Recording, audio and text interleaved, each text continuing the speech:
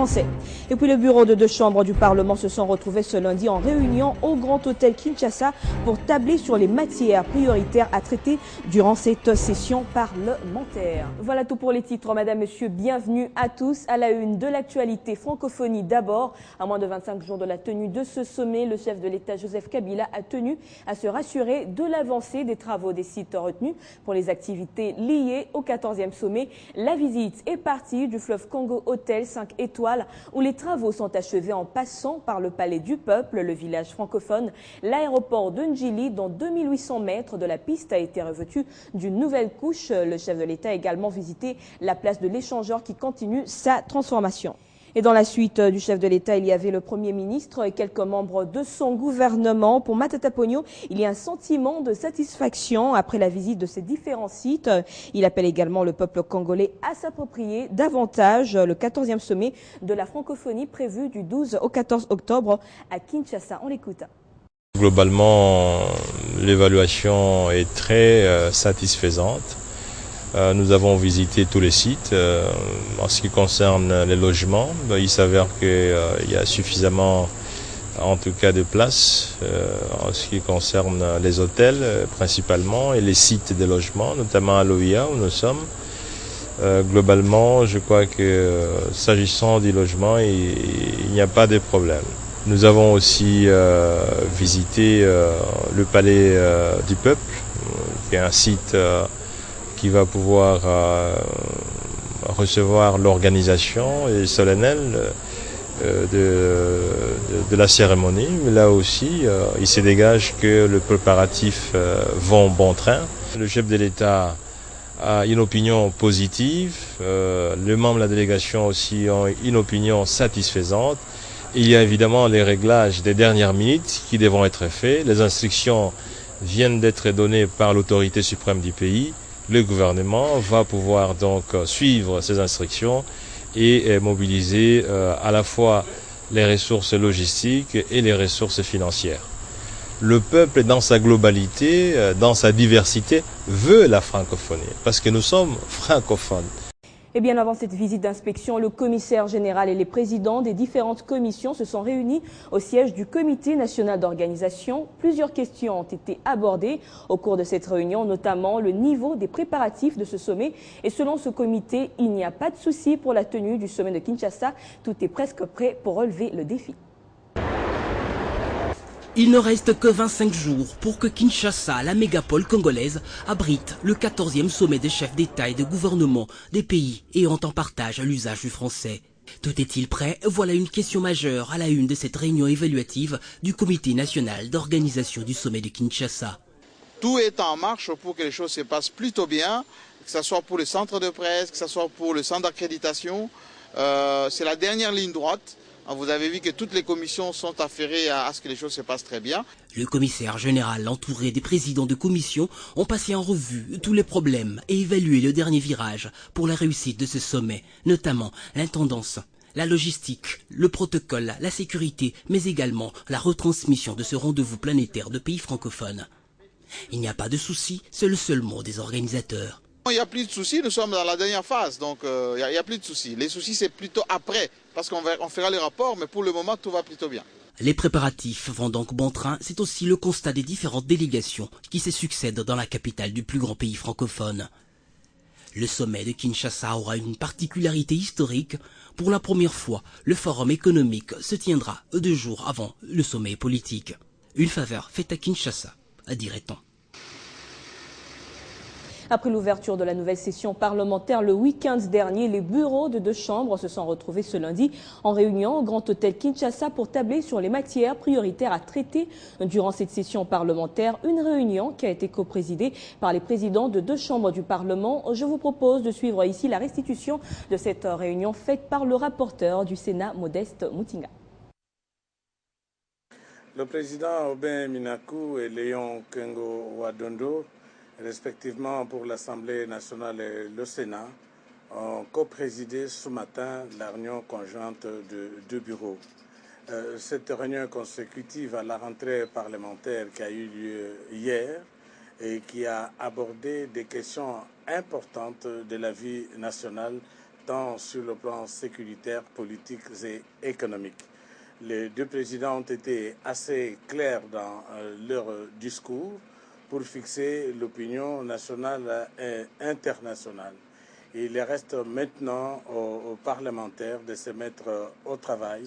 Priorité va être donnée, comme l'a dit le président Minakou, à la loi portant modification de la loi électorale sur la CENI, sur la question de la mise en place de la Commission nationale de droits de l'homme. Il sera également question d'aborder les questions relatives à la gestion de l'eau dans notre pays. Tout devra être mis en œuvre pour qu'avant le 15 octobre, les lois urgentes soient votées pour permettre à l'État et au gouvernement de fonctionner harmonieusement.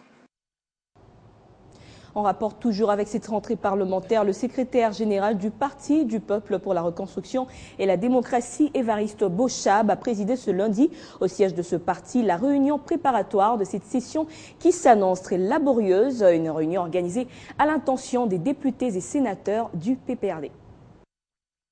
C'est en présence de son adjointe Marie-Madeleine Mienze que cette importante et stratégique réunion a eu lieu sous la conduite du secrétaire général du PPRD, Évariste Bochab, revenu de Chine.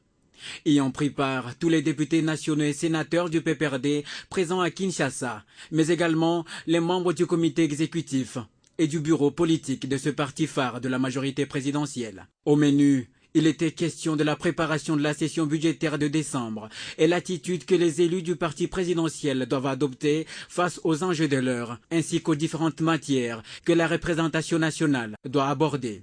Le secrétaire général, le camarade Évariste Bochab, a indiqué, après débat avec tous les députés et les sénateurs du PPRD et autres alliés, les points les plus importants sur le budget que nous allons examiner par rapport au projet de la loi financière qui viendra du gouvernement. Que ce budget doit être un budget social. Il a également indiqué que les circonscriptions doivent se retrouver. Le secrétaire général du PPRD a par la même occasion invité les élus du parti à la cohésion et à la sauvegarde des intérêts de la majorité au pouvoir en toutes circonstances. Évariste Bochab leur a rappelé leurs obligations statutaires vis-à-vis du parti pour son meilleur fonctionnement. Vous vous souviendrez que les chefs religieux des églises de la RDC avaient initié une pétition pour dénoncer l'agression et la balkanisation de la RDC par le Rwanda. Et ils ont fait le tour dans quelques pays occidentaux et aux États-Unis pour faire entendre leur voix. Et quelques jours après leur retour au pays, le responsable de l'église ACK, l'évêque Mukuna, a réuni ce lundi à Kinshasa la presse nationale pour la restitution des grandes résolutions de leur tournée. Il est l'un de ces responsables de confessions religieuses qui ont rencontré les autorités internationales pour dénoncer la crise qui sévit dans l'est de la RDC. Et notre demande n'est autre que la paix. Le Congo a besoin de la paix et nous disons non à la balkanisation, non à la guerre. L'évêque Mukuna était le chef de file de la délégation qui s'est rendue en Belgique, une mission qui atteint probablement son objectif. De l'avis de ces responsables de l'ACK, la position de ces grandes puissances internationales reste favorable pour la RDC. Les décisions qui sortent maintenant du Conseil de sécurité de l'ONU est favorable. Il y a la présence de l'homme que nous avons vu, le deuxième secrétaire général. Et vous avez entendu le message qu'il a donné ici. Et je pense que le Congo démocratique va retrouver la paix. D'ici quelques semaines, ces responsables d'église projettent une autre tournée, et celle-ci dans tous les pays africains. Justement, en parlant de la situation sécuritaire dans l'est de la RDC, sachez qu'une équipe militaire chargée d'évaluer la capacité des forces négatives dans le M23 sera opérationnelle dès le 22 septembre prochain. Et en prélude du déploiement de la force internationale neutre, cette équipe militaire va se focaliser essentiellement sur l'organisation technique, matérielle et humaine des groupes armés. Elle sera appuyée par les forces armées de la RDC et la MONUSCO. Parlant révolution de la modernité, les ingénieurs de l'agence congolaise des grands travaux étaient ce lundi sur la route nationale numéro 1 sur l'axe compris entre le tronçon Upen et Mitendi. Et c'était pour une étude de faisabilité pour la modernisation et l'élargissement de ce tronçon. Héritier Manda, Jules Mwamba. C'est pendant au moins un mois que les ingénieurs de l'agence congolaise de grands travaux vont pouvoir mener des études de faisabilité sur terrain. L'objectif est la modernisation et l'élargissement de la route numéro 1 sur une distance de 15 km compris entre le tronçon UPN et Mitendi.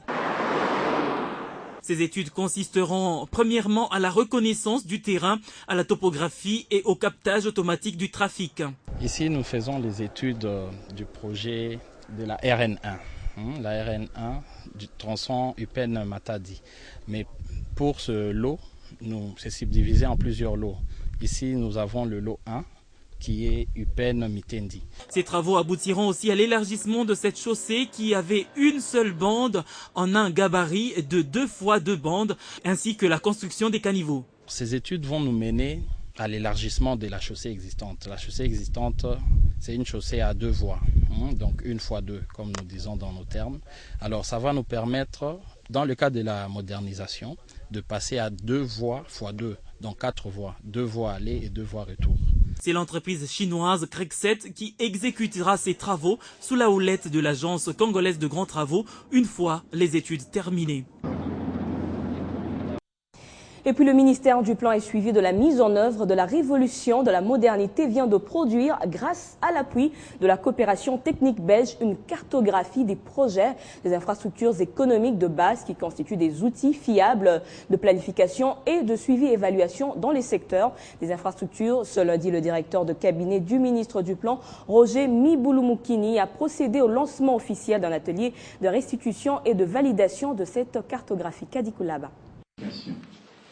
Cette cartographie de projet des infrastructures économiques de base permettra au ministère du Plan et suivi de la mise en œuvre de la révolution de la modernité de rassembler et de données capables de faciliter la mise en place d'une planification cohérente et durable des infrastructures, mais aussi de consolider la visibilité et la traçabilité de projets des infrastructures pour une meilleure orientation de l'autorité ainsi que de partenaires bilatéraux, multilatéraux et des investisseurs nationaux et étrangers.